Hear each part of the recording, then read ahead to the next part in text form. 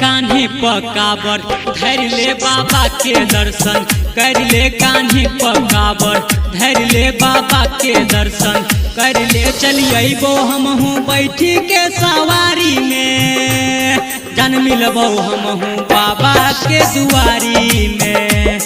जन मिलबो हमहू बाबा के दुआरी में। कान्हे पकाबर धर ले बाबा के दर्शन कर ले। कान्हे पकाबर धर ले बाबा के दर्शन कर ले। चलिए हमहू बैठी के सवारी में जन मिलबो हमहू बाबा के दुआरी में। जन मिलबो हमहू बाबा के दुआरी में। डीजे आलोक गरबा।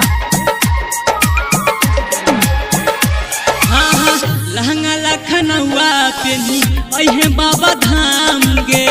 खो जाय में हमारा ना हो हैरान गे।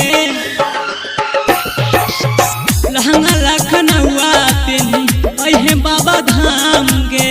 खो जाय में हमारा ना हो हैरान गे। सुल्तानगंज से जल भर ले सुइया पहाड़ पर चढ़ ले। सुल्तानगंज से जल भर ले सुइया पहाड़ पर चढ़ ले। सुन हमहू आबै छियो कौनो गाड़ी से जन मिलबो हमहू बाबा के दुआरी में।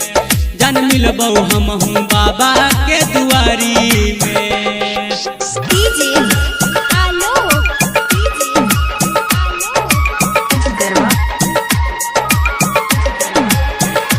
हाँ मंटू अजैया देखे अले बाबा धाम गे। लोहलनिया के लाके छी तू परान गे।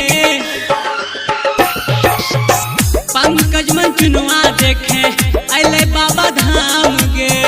लोहलनिया के लाके छी तू परान गे। बैजू बाबा के द्वार में भोले बाबा के प्यार में। बैजू बाबा के द्वार में भोले बाबा के प्यार में। खुश रह जे आबै छै दुआरी में जन मिलबो हमहू बाबा के दुआरी में। जन मिलबो हमहू बाबा के दुआरी में।